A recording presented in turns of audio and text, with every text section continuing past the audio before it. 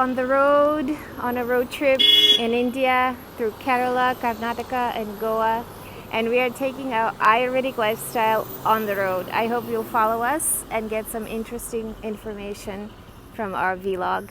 See you soon!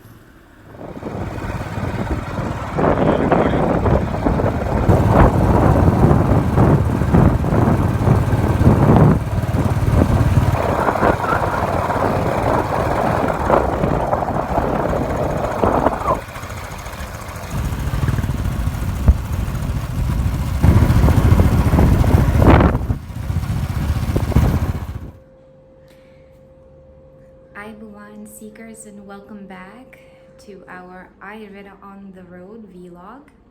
I'm joining you now for episode 3 entitled Buddhist Dépaysement.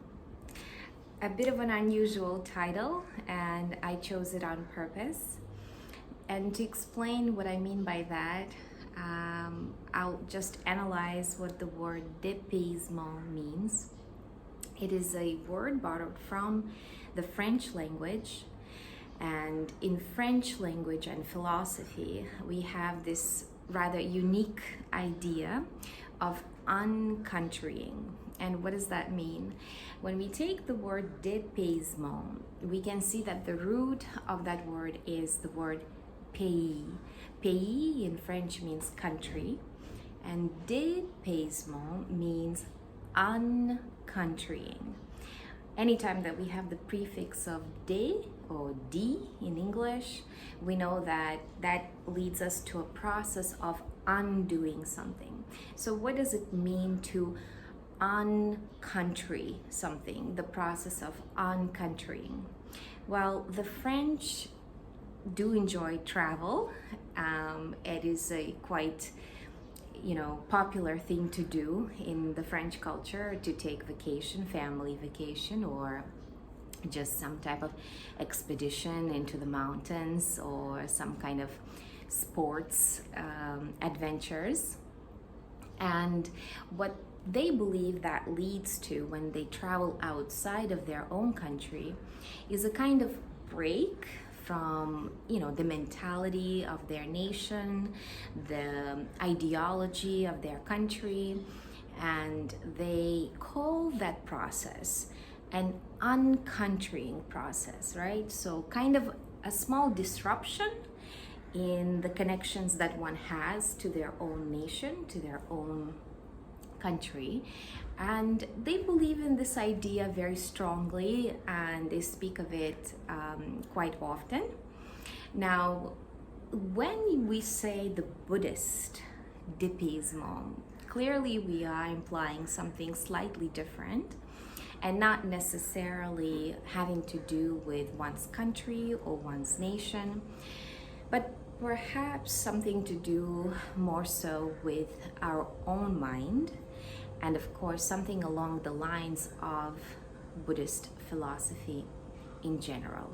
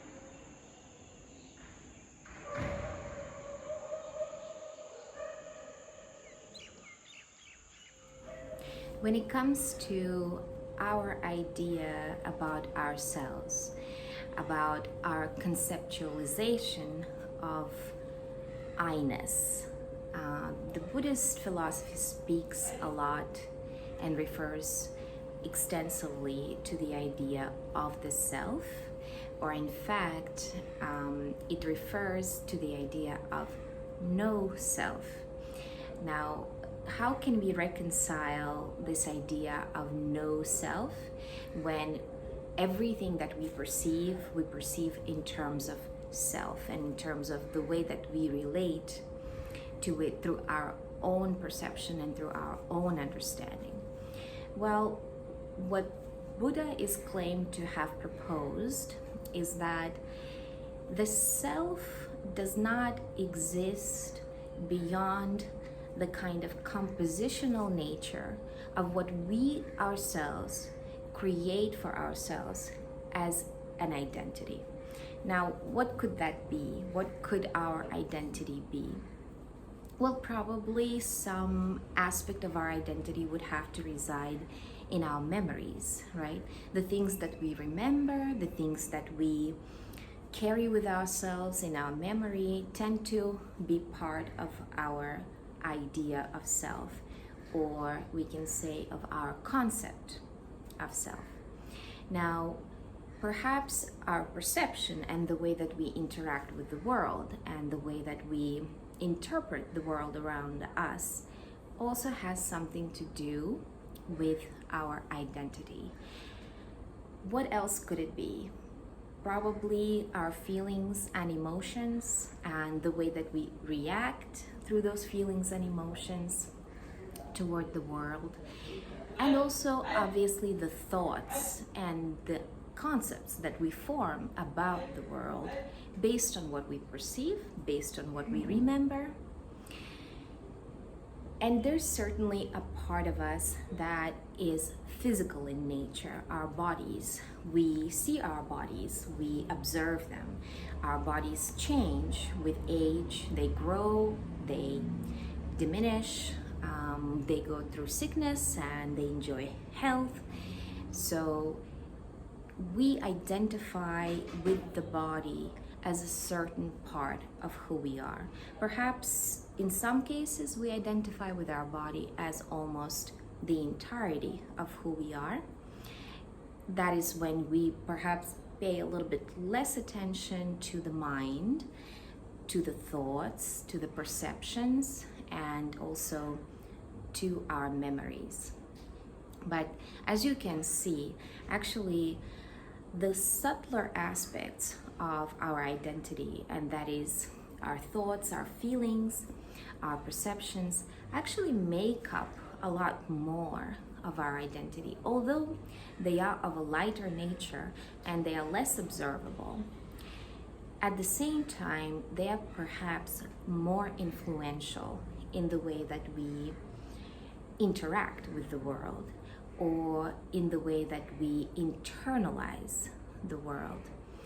The physical identity, while somewhat gross in nature and more dense and more easily observable because it is part of our physical reality, in many ways tries to occupy a big part of our identity. And it has a somewhat heavier input into our identity.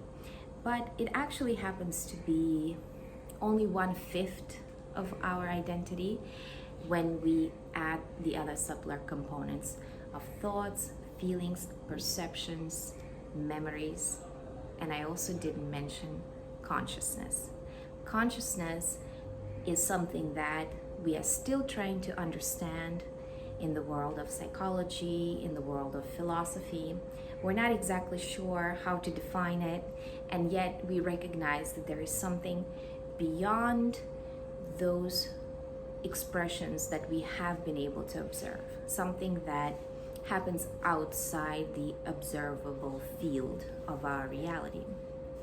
So when we talk about Buddhist uncountrying, we are talking about a process that is somewhat more mental in nature, or let's say it is more based in our consciousness, in our ability to create a kind of distance, a philosophical distance, a mental distance from the ideas that define us and that are rooted in our identity as we relate to the greater national or ethnic identity, which would be more so of a group nature rather than of an individual nature.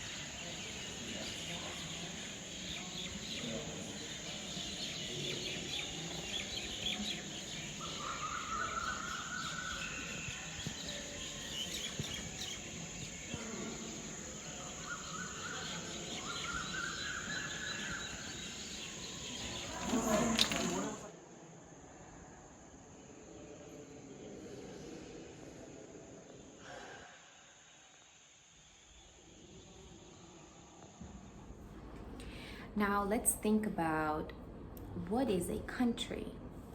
Well, several decades ago, we would have spoken about one territory as having a particular name, having a particular definition, and probably having a particular ethnic makeup. A few decades later, the same territory may be occupied by a different people, or it may have changed its ethnic composition. People may now be speaking a different language at this point.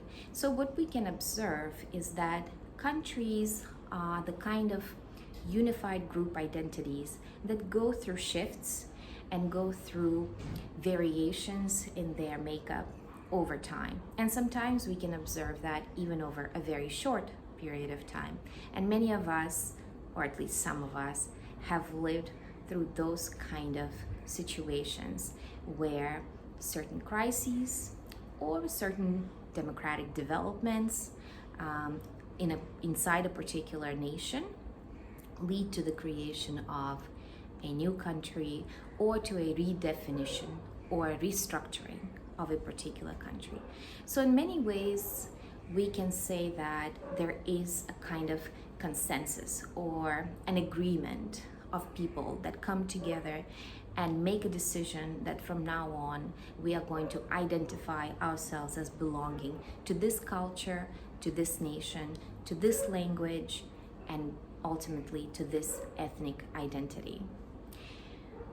But those are definitions, right? And those are not identities that we derive from within ourselves. They are rather identities that to some extent are imposed on us, and maybe we do make conscious decisions to choose to identify with that particular ethos. But in any case, for most of us, as we are born into a particular nationality, we don't really have a choice, and we just automatically agree to be assigned that identity. Now, what happens if we happen to move from our place of birth and we now take on a new national identity? In a sense, we do speak about our original national identities and then the kind of adopted identities. But culturally, we certainly go through deep changes in terms of the types of laws that we adopt, or perhaps the change in language as well as mentality that's around us. So if we really look into it, this modification and this change, continuous change in the way that we tend to identify in ourselves, while presenting an illusion of some type of solidity or some type of permanence, in truth does not really have a stability behind it. It actually has a very malleable nature, and it has an impermanent nature. Now, this is exactly what the Buddha spoke of, and this was one of his tenets of his teaching, that actually everything in our physical reality and even in our mental reality of the way that we interpret the world around us and the way that we cling to those ideas, in truth is of an impermanent nature. There is nothing that does not undergo some type of change. And maybe we do not observe that change because it takes a longer period of time to be able to see something transform from one thing to another. But we know from stories from our ancestors or from our predecessors, and also from the stories that we then tell our children, that eventually these things change, and they have probably arrived to us via certain critical changes. So that in itself proves to us that our reality is not of a permanent nature, it is of a impermanent nature. And therefore, if everything around us is of an impermanent nature, how can we base something of a permanent self within that? How can we see our identity as being permanent and defined if we ourselves happen to be a kind of process of transformation, right? Our identity is constantly going through transformation. This is some of the important Buddhist ideas regarding how we are to understand the idea of no self. No self does not mean that there is no such thing as self. It simply means that there is no such thing as a permanent self, as a permanent idea or a permanent identity. Recognize the fact that everything is changing, is in the process of change. If there's anything permanent, it is the changing process itself. That in some ways makes things a little bit more complicated, and yet at the same time, it allots us a level of freedom from the permanence of situations that we may not be wanting to persist in our life. If we understand that things are impermanent in nature, then we can give ourselves the solace of knowing that if we are going through a difficult situation, it is not going to be a permanently difficult situation. At some point, we'll be able to make improvements. At some point, the improvements are going to just make their way into our life, which is a wonderful thing. And that's a level of freedom that should really encourage everyone on their journey to continue seeking the changes and to welcome the changes. Now, what if something very good is happening in our life? Let's say we met a person who makes us very happy and we are enjoying a wonderful relationship, and it's maybe the best relationship that we've had so far in our life.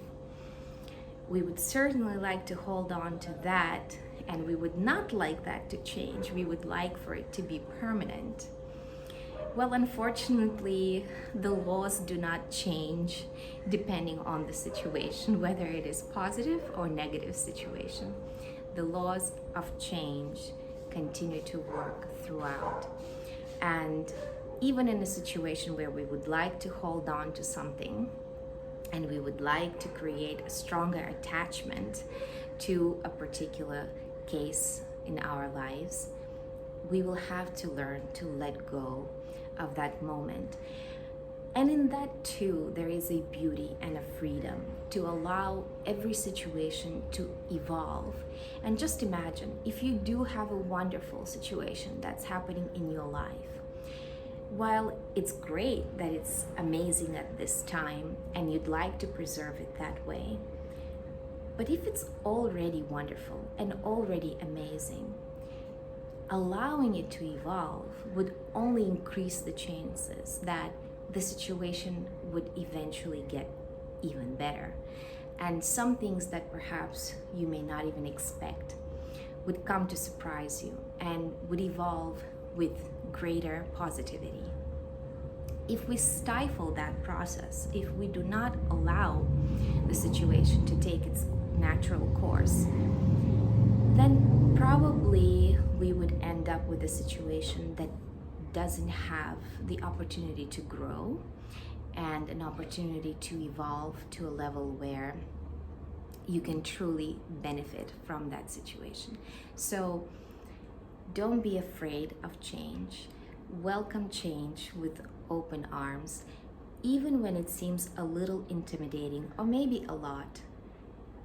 If you open yourself up to change, at some point this process will become as natural as breathing, and you will see that situations will begin to come into your life that do not require a whole lot of effort, simply because we have let go and we have allowed good things to happen.